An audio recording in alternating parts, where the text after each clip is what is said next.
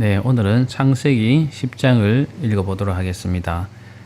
이번 주에는 창세기 6장부터 10장 5장을 읽게 되었는데 노아의 홍수 사건, 하나님의 홍수 심판에 관한 사건이 기록이 되어 있습니다. 오늘은 노아의 방주로 인해서 구원받은 8명의 구원자, 다시 말하면 노아의 부부와 아들 셋의 부부가 어떻게 땅에 다시금 번성하게 되었는지에 관한 족보가 기록되어 있습니다. 성경에는 흔히 족보가 많이 등장하는 것을 볼 수 있습니다. 족보를 사실 읽다 보면은 아무 의미 없는 내용 같기도 하고 우리 성도들에게 이 족보가 어떤 의미가 있을까 그렇게 궁금해 하시는 분들이 있습니다만은 족보는 사실에 근거하고 있기 때문에 기록된 내용입니다. 다시 말하면 이 족보가 있기 때문에 그것이 사실이다. 역사적 근거가 있다. 그리고 전해 내려오는 이런 기록들이 다 역사적인 근거와 사실의 근거에서 기록된 것이다 라는 것을 말해주기 위해서 족보를 기록하고 있는 것입니다. 특히 유대 사회에서는 이 족보가 아주 중요하게 취급되는 사회이기 때문에 이 족보를 언급할 수밖에 없는 그런 이유가 있다고 볼 수 있습니다. 노아의 족보를 보면 셈과 함과 야벳의 족보가 등장하게 됩니다. 셈이 첫째 아들이고 함이 둘째 아들이고 야벳이 셋째 아들인데 기록을 보면 야벳의 족보가 먼저 소개되고 그 다음 함의 족보가 먼저 소개되고 그 다음에 셈의 족보가 소개됩니다.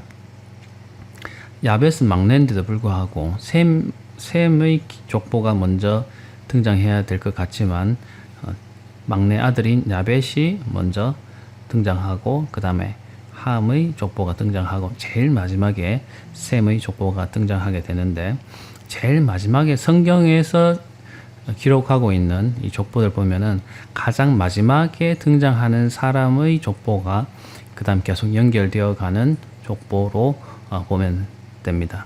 그러니까 중요한 인물은 제일 마지막에 기록하고 그 족보에 의해서 또 그 다음에 역사가 진행되는 그런 것을 볼 수 있는데 그렇기 때문에 셈은 제일 마지막에 야벳이 제일 첫 번째, 함이 두 번째, 셈이 제일 마지막에 기록된 것을 볼 수 있습니다.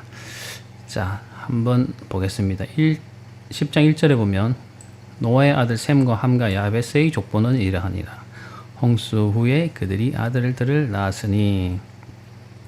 자, 이름을 다 읽지는 않겠지만 야벳의 아들은 이렇게 해서 쭉 기록이 되어 있습니다. 고멜, 마곡, 마대, 야완, 두발, 메색, 디라스 이런 식으로 기록이 되어 있고 그 중요한 아들들의 후손들이 기록이 되어 있고 그들이 또 어디에서 머물렀다 하는 것은 또 이제 기록이 되어 있습니다.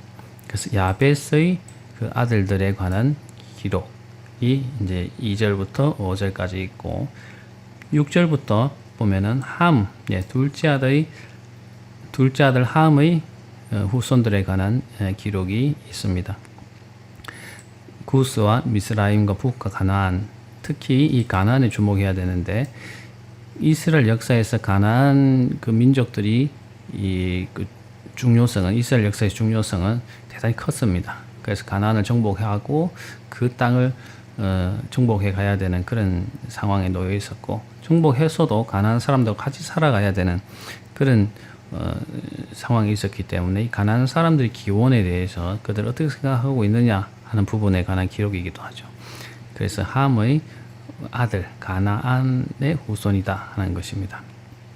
그래서 함의 후손에 관한 기록이 6절부터 쭉 20절까지 함의 기록이 등장하게 되는데 천천히 한번 읽어보시면 될 것 같습니다. 특히 가나안의 조상이 함이었다 하는 것이고 그 다음 마지막으로 첫째 아들 셈의 족보가 나오는데 이 셈의 족보에 의해서 그 다음 중요한 등장인물인 아브라함이 등장하게 됩니다. 자, 셈의 기록이 이제 21절부터 등장해서 32절까지 등장하게 됩니다. 31절까지 등장하죠. 이들은 그 백성의 족보에 따르면 노아 자손의 족속들이요 홍수 후에 그들에게서 그 땅의 백성들이 나뉘었더라. 네. 32절에 또 근거하면 노아의 홍수 사건은 그 지역의 국지적인 홍수 사건이 아니라 전 지구적으로 일어난 홍수 사건이고 하나님의 심판이다 하는 것을 다시 확인하고 있는데, 그래서 이 8명에 의해서 다시 퍼진 인간들이 우리 인류의 후손들이 되었다 하는 것을 말하고 있습니다. 네, 크게 어려운 부분이 없기 때문에 너무 이름에 국한해서 생각하지 마시고 천천히 읽어보시면 잘 이해될 거라고 생각합니다. 11장에 가면은 그때 가서 또 말씀드리겠지만 11장에 가면은 다시 셈의 족보가 다시 언급되는 것을 볼 수 있습니다. 그건 그때 가서 설명을 할 것이고요. 자, 시간이 오늘 조금 일찍 마치게 되는데 조금 제가 설명을 더 드리고 싶은 것이 있습니다. 그것이 뭐냐면 옛날 창세기를 비롯해서 구약의 오랜 성경의 기록들은 현대 시대를 사는 우리들을 위해서 그것을 기록한 게 아니라고 하는 것입니다. 다시 말하면 물론 길게 보면 우리도 성경의 독자이고 성경이 하나님의 계시에 의해서 기록되었기 때문에 우리도 중요한 독자인 것은 사실이지만 그 당시에 성경을 기록한 저자의 의도는 그 당대나 또는 그 몇백 년 후의 후손들이 읽을 만한 하나님에 대한 기록으로 기록한 것이 성경이다라는 것을 우리가 염두에 두어야 됩니다. 다시 말하면 현대적인 기준에 의해서 이 기록을 평가할 수는 없다는 것입니다. 하나 예를 들어 보면 창세기에 나오는 천지 창조의 기록들이 지금 우리가 가지고 있는 어떤 과학적이고 논리적이고 합리적인 기준에 근거해서 이 기록들이 사실일 수 있느냐 없느냐를 우리가 따질 수는 없다는 것이죠. 그 당시에 지식과 그 언어의 한계나 어떤 것을 기록해야 되는지에 대한 어떤 그런 근거들이 지금의 그런 과학적이고 합리적인 이 시대를 사는 우리들의 기준에 봤을 때 맞다 틀렸다를 논해서는 안 되고, 그 당시 사람들의 세계관과 우주관과 어떤 과학의 어떤 그런 범위 내에서 그들의 언어로, 그들이 많이 사용하는 언어로, 그들의 인식 수준이 그만하기 때문에 그 정도 수준에서 기록했을 것이지, 지금의 과학의 기준에서 논문을 작성하듯이 아주 정확하게 기록할 필요를 느껴서 기록한 것은 아니라는 것이죠. 그렇기 때문에 우리가 창조가 어떤 순서에 의해서, 어떤 알고리즘에 의해서, 어떤 방식에 의해서 그것이 이루어졌는지 궁금하고 설명이 안 되는 부분이 크죠. 단지 믿음으로 믿어야 되는 그런 한계도 있습니다.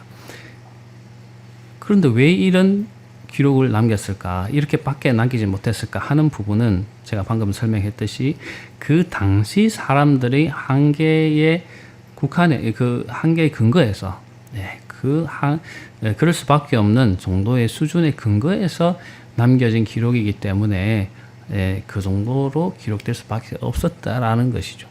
만약에 그들이 5,000년, 6,000년 후에 또는 4,000년 후에 보게 될 독자, 우리를 위해서 기록한 기록이라면 그들이 어떻게 기록해야 될지 몰랐을 것입니다. 그렇겠죠, 당연히.